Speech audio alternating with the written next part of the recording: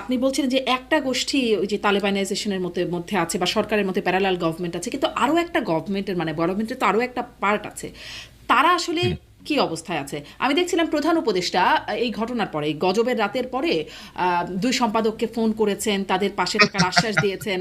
মানে এই আশ্বাস দিয়ে লাভ কি? তার আশ্বাস চায় কে, এক নাম্বার কথা। এবং প্রধান উপদেষ্টার প্রেস সচিব তিনি অবশেষে, এটা হয়তো একটা লাভের বিষয় যে তার চোখ খুলেছে, তিনি দেখতে পাচ্ছেন যে মব হয়েছে। মানে এইগুলোতে লাভ হচ্ছে প্রধান উপদেষ্টা, কারো উপর আস্থা রাখা যায়? এটা খুবই দুঃখজনক একটা অবস্থা আর কি। হ্যাঁ, এটা খুবই দুঃখজনক একটা অবস্থা, এবং এই দুঃখজনক অবস্থাটার জন্য আমার মনে হয় আহ অন্তর্বর্তী সরকারের সাথে যারা জড়িত আছেন তাদের প্রত্যেকেরই নিজেদেরকে প্রশ্ন করা উচিত যে এই অবস্থাটা কেন ক্রিয়েট হলো।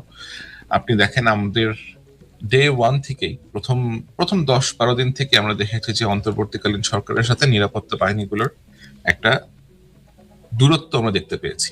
একজন যেন আরেকজনকে, একে অপরকে প্রতিপক্ষের মতো মুখোমুখি হিসেবে দাঁড় করিয়েছে। এই যে সিচুয়েশনটা, এটা তো আসলে করার কোনো দরকার ছিল না। It could have been a very good cooperation, it could have been a like good relationship between a security apparatus and the interim government.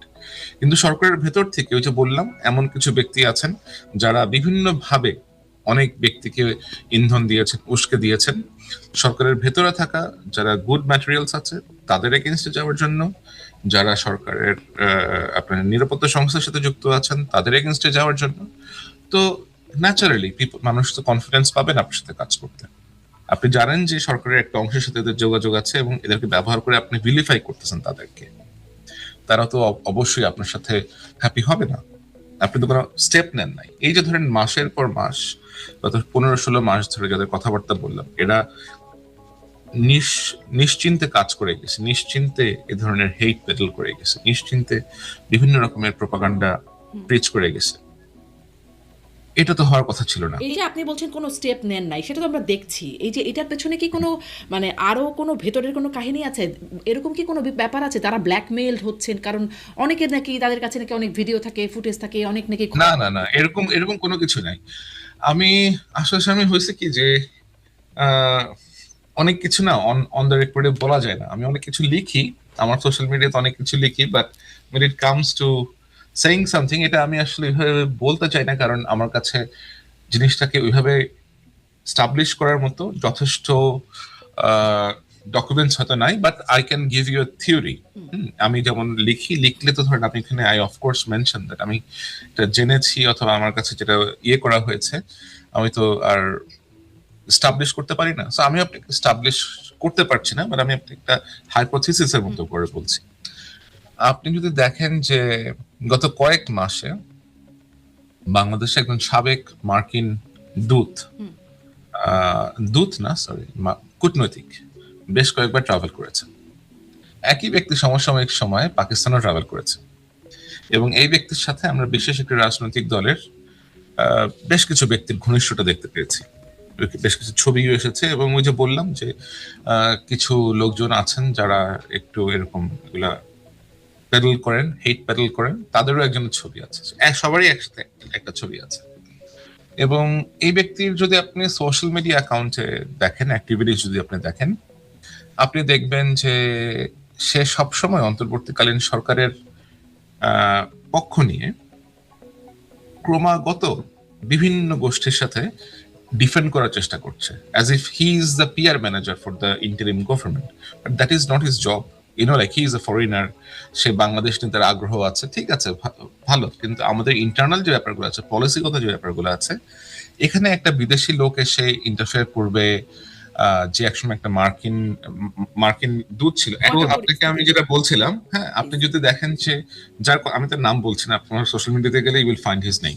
ওকে, তো ওই যে মার্কিন কূটনৈতিক, তার সাথে আপনি দেখবেন যে বর্তমান সরকারের ভেতরে আছেন এমন অন্তত 2জন লোকের খুব ভালো ঘনিষ্ঠতা আছে।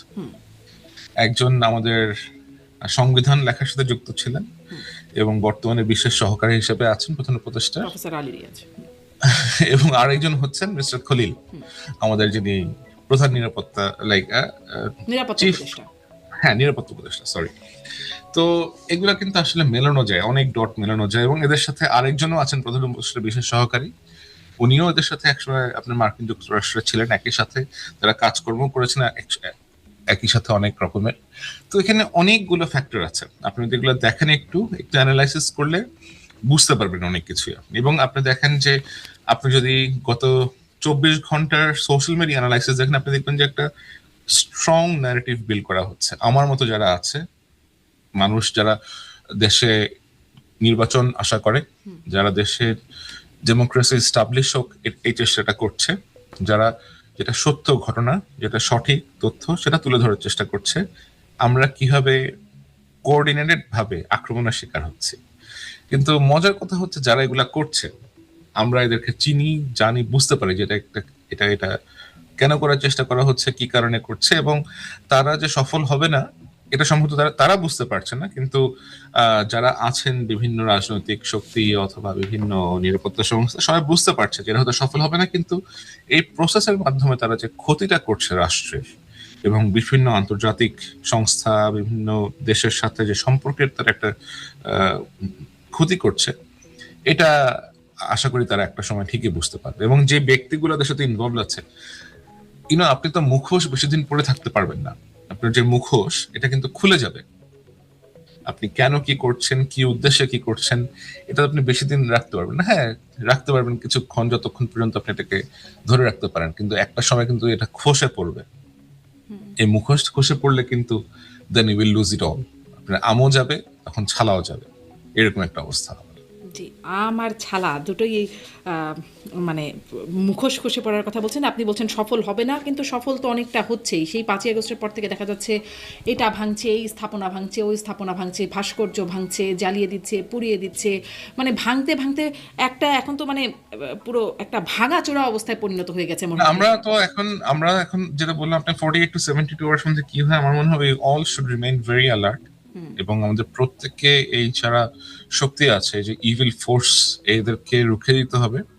আমাদের দেশের সার্বভৌমত্ব, দেশের নিরাপত্তা, আমাদের যে শান্তিপূর্ণ জীবন ব্যবস্থা আছে, যতটুকুই আছে অবশিষ্ট, এগুলাকে আর ডেটোরেট করতে দেওয়া যাবে আপনি না। বলছিলেন নিরাপত্তা বাহিনীর সাথে সরকারের একটা দূরত্বের কথা, নিরাপত্তা বাহিনী, সেনাবাহিনী যারা আসলে আইন শৃঙ্খলা বাহিনীতে এখন কাজ করবার কথা। আমি দেখছিলাম প্রবাসী অনলাইন অ্যাক্টিভিস্ট সাংবাদিক ইলিয়াস হোসেন, তিনি বলছেন যে কেউ তার এই মানে যেটি ডেইলি স্টার প্রথম আলো ভাঙতে যাবে যেন তারা থামাতে না যায়, কারণ তাদের সব কিছু আসলে এদের উপর নির্ভর করছে। অনেক কিছু আসলে আপনি নিশ্চয়ই দেখেছেন কিনা জানি না, বা অনেকেই দেখেছেন। নিরাপত্তা বাহিনী আসলে কার কথা শুনছে? নিরাপত্তা বাহিনীর যারা প্রধান আছেন অবশ্যই প্রধান উপদেষ্টার কথা শুনছেন, কারণ উনি নাকি প্রধান উপদেষ্টা বলছেনই না যেগুলো থামা? বুঝছি আমি আপনাকে। এখন নিরাপত্তা বাহিনী তো আপনার ফার্স্ট লাইন অফ ডিফেন্স না, আপনি তো, এবং আপনার ল এনফোর্সমেন্ট সিচুয়েশনের জন্য তো মাঠে পুলিশ আছে। গতকালকে রাতে পুলিশ কোথায় ছিল প্রথমে ওইটা একটু চেক করে দেখেন। তখন স্বরাষ্ট্র উপদেষ্টা তো অবশ্যই জানেন যে দেশে এরকম একটা অবস্থা হচ্ছে। আমি তো জানি যে গতকাল ওনাকে ঘুম থেকে ডেকে তুলতে হয়েছিল ওই সময় বাঁচানোর জন্য। ওকে, তো পুলিশ আসতেও সময় লেগেছে। বাহার সাহেব নিজেও চেষ্টা করেছেন পুলিশ পাঠানোর জন্য, কিন্তু সবার প্রথমে কিন্তু ওই সেনাবাহিনীর লোকজনই গিয়ে পৌঁছায়।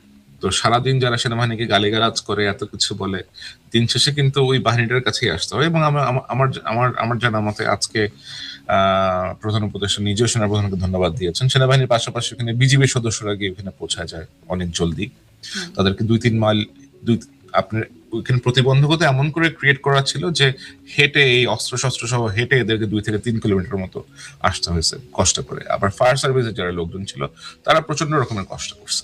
তো এই যে অ্যাংরি মব তৈরি করে এ ধরনের ভায়োলেন্স ক্রিয়েট করা, এটা বাংলাদেশের আমার মেমোরিতে নাই যে এরকম কেউ কখনো করেছে অথবা করার চেষ্টা করেছে। এবং এদের উদ্দেশ্য ইজ ভেরি মাচ ক্লিয়ার। আমি যাদের কথাবার্তা বলেছি, আপনার এখানে যে ব্যক্তিরা আছেন, এই চক্রকে বাংলাদেশ থেকে যদি সমূলে উৎপাটন করা না যায়, এরা থেকেই যাবে আপনার বিশ্বের মতো, এবং সিচুয়েশন আরো বেশি। করবে কি, কার সে সমূল উৎপাদন করতে হবে নির্বাচিত সরকারকে, সাধারণ জনগণকে, যারা পাবলিকের ম্যান্ডেট নিয়ে যারা সরকার গঠন করতে পারবেন আগামীতে বাংলাদেশে, তাদেরকে করতে হবে। কারণ তারা হচ্ছে বিএনপি, মানে এখন পর্যন্ত বিভিন্ন পরিসংখ্যান এটা যারাই হোক, তারা যদি বাংলাদেশের জনগণের জন্য ভালো চান, বাংলাদেশের জনগণের মঙ্গল চান, তাহলে তাদেরকে সিদ্ধান্ত নিতে হবে যে তারা এ ধরনের কোনো তা তো নিঃসন্দেহে চাইবেন, সরকারের কিন্তু আমার ভেতরে প্রশ্ন হচ্ছে সরকার তারা তো এই পরিস্থিতিতে মোটামুটি চুপচাপই থাকেন, অনেক কিছু হয়েছে কিন্তু তারা কিন্তু চুপচাপ, খুব বেশি কিছু আহ, না, তারা চুপচাপ থাকার চেষ্টা, তারা তো সবসময় চুপচাপ থাকেন, কারণ আমার যেটা মনে হয় যে বিএনপি নীতিগতভাবে ভায়োলেন্স এবং এ ধরনের যে ধরনের অ্যানার্কিস অ্যাক্টিভিটিস এগুলো থেকে তারা দূরে থাকতে চান। খুব প্রতিবাদও যে করেন শক্তভাবে তাও তো মনে হয় দেখা যায় না, মানে এভাবে করে সমূলে উৎপাটন করবেন চুপচাপ থেকে। এখন প্রতিবাদ মনে হয় তারা করবেন তাদের নেতা যখন দেশে ফেরত যাবেন, কারণ এতদিন তো তাদের মূল যিনি নেতা জনাব তারেক রহমান দেশে ছিলেন না, এবং ওনাদের যিনি চেয়ারপারসন বেগম খালেদা জিয়া, ওনার শরীরও বেশ খারাপ। জি, সম্ভবত এই সমস্ত কারণেই ওনারা এখন ওরকম ব্যবস্থা নিচ্ছেন না। এখন আপনার কাছে একদম শেষের দিকে একটু, ও আচ্ছা, প্রফেসর আলী রিয়াজ যার বিষয়ে কথা হচ্ছিল তিনি কি দেশে ফিরেছেন? আমি অবশ্যই এটা খেয়াল করিনি, ফিরেছেন কি তিনি?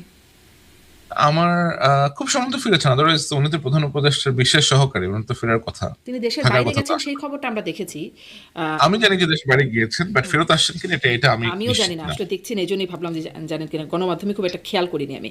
আচ্ছা, এখন তাহলে সামনে অবশ্য 42 থেকে 72 ঘন্টার কথা আপনি বলছেন, 48 থেকে 72 ঘন্টা, দেখা যাক সেটা কি হয়। কিন্তু অনেকে বলছেন যে এই সরকার টিকবে না, মানে অনেক রকম হাইপোথেসিস আছে, আপনার কাছে একটু এটা জিজ্ঞাসা করতে চাই, এই সরকার টিকবে না, আর একটা সরকার গঠিত হবে, কেউ বলছেন বিপ্লবী সরকার গঠিত হবে, কেউ বলছেন সেনাবাহিনী ক্ষমতা নিয়ে নেবে, এরকম নানান রকম বিষয় আছে। আসলে কি হতে পারে? বিপ্লবী সরকার, সেনাবাহিনী ক্ষমতা নেবে, অন্য কোনো একটা সরকার গঠিত হবে, নাকি এই সরকারের অধীনেই চলবে? আমি আপনাকে যেটা বলতে পারি সেটা হচ্ছে যে সেনাবাহিনীর ক্ষমতা গ্রহণ করার কোন রকমের ইন্টারেস্ট যে নাই, এটা তো আসলে আর বলার অপেক্ষা রাখে না। তাহলে এত ভালো অবস্থানে থাকতে আপনার শেখ হাসিনা যাওয়ার পর পরে তো সেনাবাহিনী আপনার ক্ষমতা গ্রহণ করতে পারতো, এবং তাদের যদি আরো আগ্রহ থাকতো, এত কিছু হলো বাংলাদেশে, তারা তো একবারও ইন্টারভেন করেনি। তারা বারবারই বলেছে আমাদের ক্ষমতা নেওয়ার কোনো আগ্রহ নেই, বরঞ্চ আমার মনে হয় বাংলাদেশের সেনাবাহিনী একমাত্র বাহিনী যারা ক্ষমতার এত কাছাকাছি এসেও নির্বাচন দেওয়ার জন্য বারবার করে অনুরোধ করছে। এটা আমাকে অনেকেই বলেছেন যে এটা তোমাদের দেশে তো খুবই স্ট্রেঞ্জ আর্মি, এটা তো ক্ষমতা গ্রহণ করতে চায় না কেন। বিপ্লবী সরকার গঠনে যারা বলছেন, আমার মনে হয় তারা যদি এটা করার চেষ্টা করেন এবং তারা যদি কোনোভাবে ওই দিকে অ্যাপ্রোচ করেন, তাহলে আমার মনে হয় they will face severe resistance. Severe resistance কাদের এটা দ্বারা? এটা সাধারণ জনগণ বলেন, অন্যান্য পলিটিক্যাল পার্টি যারা আছে, এবং অবশ্যই আপনি একটা বিপ্লবী সরকার গঠন করার চেষ্টা করবেন, তখন নিশ্চয়ই সবাই শান্ত হয়ে বসে থাকবে না। তাই না? আপনি দেশের মধ্যে একটা ভ্যান্ডালিজম করবেন, যারা এরকম অনেক ভ্যান্ডালিজম যারা করতে পারে তাদের বিরুদ্ধে আর অশান্ত কারা হবে? না, আমার মনে হয় যে যদি ওরকম কেউ অ্যাটেম্প্ট নেয়, তাহলে situation will call, like extreme situation calls for extreme measures. If thing gets extreme, আপনার তো হাতে উপায় নাই তখন কোনো। জি, মানে এর চেয়েও এক্সট্রিম হতে পারে সিচুয়েশন, ভাবতেই আসলে ভয় লাগে। এই যে খলিলুর রহমানের সম্পর্কে অনেক কথা বললাম, তো একটু শেষ ওনার সম্পর্কে আরেকটা জানতে চাই, যে তিনি অজিত দোভালের সাথে দেখা করলেন তার আমন্ত্রণে, সেখানে কি আলোচনা হলো আমরা জানলাম না, বলা হলো গুরুত্বপূর্ণ আলোচনা, কোনো পক্ষই বলল না। তারপরে জানলাম কাতার গেলেন, সেখানেও নাকি অনেক কথাবার্তা হলো, কি যে কথাবার্তা হলো তা আমরা জানলাম না। সেই ওবায়দুল কাদেরের কথা মনে পড়ে, তলে তলে সব ঠিক হয়ে যাচ্ছে, এখানেও কি তলে তলে কিছু কি হয়ে যাচ্ছে আসলে, আপনি জানেন? উম, আমি এতটা জানি যে উনি যখন দিল্লিতে গিয়েছেন অজিত দোভালের সাথে দেখা করতে, উনি খুবই একটা কলম্বো সিকিউরিটি কনক্লেভ এরকম কোনো কিছু একটা সিকিউরিটি কনফারেন্স নামে গিয়েছেন, যেটা ওরকম সিরিয়াস কোনো ব্যাপার না, এবং উনি ওটার কভারে ওইখানে গিয়েছেন। এবং যাওয়ার পরে উনি আহ, বাইরে কোথাও থাকেননি, উনি হাই কমিশনার যিনি আছেন তার বাসাতে ছিলেন, এবং ওনার সাথে ওনার মুস্তাহিন জহির নামে যে সহকারী ছিল সেও খুব সম্ভবত ছিল সাথে করে। এবং উনি যে মিটিং গুলা করতে যান, উনি মিটিং এ অন্য আর কাউকে নেননি, ওনার সাথে করে উনি একাই গেছেন। সো হি নোজ বেটার যে উনি কি আলাপ করেছেন, কার সাথে আলাপ করেছেন, কি কি গল্প করেছেন। He should be knowing that better. জি, সেটা তাহলে আর কেউই জানবে না, ওই তলে তলেই রয়ে যাবে। রাইট। নির্বাচন কি হবে ফেব্রুয়ারিতে? উই আর হোপফুল, আমরা সবাই চাই বাংলাদেশের অন্যান্য সাধারণ যত নাগরিক আছে যারা বাংলাদেশ নিয়ে কনসার্ন, সবার মতো আমরাও চাই বাংলাদেশের নির্বাচন হোক, কারণ নির্বাচন যদি না হয় অথবা কোনো কারণে এটা পসপোন করা হয়, তাহলে আমাদের দেশের ভবিষ্যৎ কি হবে এটা নিয়ে আমরা খুবই উদ্বিগ্ন। আমি খুবই উদ্বিগ্ন। আর একটা শেষ প্রশ্ন করি, মানে শেষ হতে চাচ্ছে না আসলে, প্রশ্ন একটার পর একটা মনে যাচ্ছে, যে যে প্লিজ গালাগালের প্লিজ। যে সংস্কৃতি তৈরি হয়ে গেল, মানে অশ্রাব্য ভাষা, যেটা একদম পাবলিক প্ল্যাটফর্ম থেকে শুরু করে সবখানে চলছে, এগুলোর কি মানে বাংলাদেশ যেন একটা গালির দেশে পরিণত হয়ে গেছে এখন, এটার কি? এখন কারো যদি পারিবারিক শিক্ষা না থাকে, ধরেন আমার মধ্যে আমি হয়তো মাঝে মাঝে দুই একটা কথাবার্তা বলে ফেলি, হ্যাঁ, এটা এটা ধরেন স্লিপ অফ টাং হয়ে যায়। লিখতে গেলেও আমি দুই একটা কথাবার্তা মাঝে মাঝে লিখে ফেলি, এবং লাইক মাঝে মাঝে কন্ট্রোল করা যায় না। এদের অ্যাক্টিভিটিস দেখে এতই বিরক্ত লাগে যে কন্ট্রোল করা যায় না। বাট যাদের পারিবারিক শিক্ষা আছে, যারা একটা ভালো ব্যাকগ্রাউন্ড থেকে আসছে, অথবা যারা ধরেন আপনার অপরকে সম্মান করে, রেসপেক্ট করে, অ্যাটলিস্ট ধরেন আপনার নিজের যে মোরাল গ্রাউন্ড অথবা মোরাল ভ্যালুজ আছে এগুলার প্র্যাকটিস করে, তারা এ ধরনের গালিগালাজ করে না। সুতরাং কেউ যদি এটা করে থাকে, এটা তাদের ব্যর্থতা, তাদের শিক্ষার অভাব, তাদের পারিবারিক যেই আপব্রিঙ্গিং, ওইটা ভালো করে হয় নাই। কিন্তু আমরা বলতে পারবো না, আমি তো আমারটা বলতে এখন পারবো তো যেন না। মনে হয়, এখন তো মনে হয় যে এটা একটা মানে প্রতিযোগিতা, কে বেশি গালি দিতে পারে না, সে যেন আপনি বেশি বড়। আপনি দেখেন একটা জিনিস, আপনি খুব বেশি মানুষকে কিন্তু আপনি আসলে গালিগালাজ করতে দেখবেন না। যারা এদের সংখ্যা খুব লিমিটেড, এবং সবাই চিনি এদেরকে যে এরা কেন এরা যে গালিগালাজ করে, এবং গালিগালাজ করলে আপনি একটা নির্দিষ্ট শ্রেণীর মানুষের কাছে প্রিয় হতে পারবেন। কাদের কাছে প্রিয় হতে পারবেন? People who are powerless. সাধারণ কিছু জনগণ থাকে যারা পাওয়ারলেস, তাদের সমাজে তারা উচ্চ ভয়েসে কথা বলতে পারে না, হ্যাঁ, তারা অনেক ক্ষেত্রে বঞ্চিত থাকে, উচ্চ ভয়েসে কথা বলতে পারে না। কিন্তু তারা যখন দেখে যে ওই যে পাওয়ারফুল লোকগুলাকে কেউ গালিগালাজ করতেছে, অপমান করতেছে, তারা এত অনেক মজা পায়। এটা একটা এন্টারটেইনমেন্ট। আচ্ছা, গালি হ্যাঁ, এখন একটা এন্টারটেইনমেন্ট। সাংবাদিক আনিস আলমগীরকে গ্রেপ্তার করে রিমান্ডে নেওয়া হয়েছে, মানে খুনি পালিয়ে গেছে কিন্তু আনিস আলমগীর গ্রেপ্তার হয়ে গেছেন। অনেকে মানে সেই প্রবাসী অ্যাক্টিভিস্টরা তারা অনেকে বলছেন রইল বাকি দুই, কেউ কেউ আবার এর পরে কে এরকম তালিকা দিচ্ছে। সরকার কি আসলে এই গতিতে, এই নীতিতে এগিয়ে যেতে থাকবে যে সাংবাদিকদের মানে এটা অত্যন্ত লজ্জার, এটা অত্যন্ত লজ্জার। আনিস আলমগীরকে গ্রেফতার করা খুবই অনুচিত একটা বিষয় হয়েছে, এটা কখনোই উচিত হয়নি। বাট আমি দুঃখজনকভাবে আমি দেখেছি যে সাংবাদিক কমিউনিটি থেকেও কেউ কেউ বিষয়টাকে বাহবা দিয়েছেন। আমার পরিচিত, আমি যাদেরকে বেশ ভালো সাংবাদিক বলে হিসেবে চিনতাম, তারাও এই বিষয়টা নিয়ে বেশ মজা পেয়েছেন। কিন্তু এটা একেবারেই ঠিক হয় নাই, এটা এটা একেবারেই করা ঠিক হয় নাই। আনিস আলমগীর, তার মতামত থাকতে পারে, সে তার ভিন্ন মত থাকতে পারে। ভিন্ন মত থাকা দোষের কিছু না, যে কোনো ব্যক্তির ভিন্ন মত থাকতে পারে। তো এর মানে এই হতে পারে না যে আপনি তাকে বাসা থেকে গিয়ে ধরে নিয়ে আসবেন, তাকে অথবা তাকে ডিবি অফিসে ইনভাইট করে নিয়ে গিয়ে তাকে আটকায় রাখবেন। তাহলে তো লাইক আমি সেদিনও এক জায়গা থেকে বলে এসেছি, তাহলে আপনার ডিফারেন্সটা কোথায় হলো? We wanted a change in Bangladesh, তাই না? আমরা বাংলাদেশে একটা পরিবর্তন চেয়েছিলাম, বাংলাদেশে একটা নতুন ধরনের পলিটিক্যাল প্র্যাকটিস অথবা পলিটিক্যাল কালচার আমরা দেখতে চেয়েছিলাম। কিন্তু মনে হচ্ছে না যে সহসা সেটা দেখার সুযোগ হবে আপাতত। আবার আমি আশা করি যে নির্বাচন হবে বাংলাদেশে, বাংলাদেশের জনগণ তাদের ভোট দিয়ে প্রমাণ করবেন যে তারা কাকে রাষ্ট্র ক্ষমতা দেখতে চান, এবং তখন হয়তো একটা পরিবর্তন আসলেও আসতে পারে। আশা করি যে সেই পরিবর্তনটা আসুক, কারণ এই তালিকায় নাকি অনেকে আছেন, একটা তালিকা দিয়ে ছাপিয়েও দেওয়া হচ্ছে যে কারা কারা আছেন এই তালিকায়, আরো অনেকে বাকি রয়ে যাচ্ছেন, তারাও মানে সরকার তো কিছু একটা জিনিস শারমিন, যেটা হচ্ছে সেটা হচ্ছে যে সত্যের জয় চিরদিনই হয়। তো আপনি হয়তো মিথ্যা এই সমস্ত নুইসেন্স ক্রিয়েট করে টেম্পোরারিলি কিছু অ্যাচিভ করতে পারবেন, বাট যেটা সত্য, যেটা কারেক্ট, সেটা এস্টাবলিশ হবেই।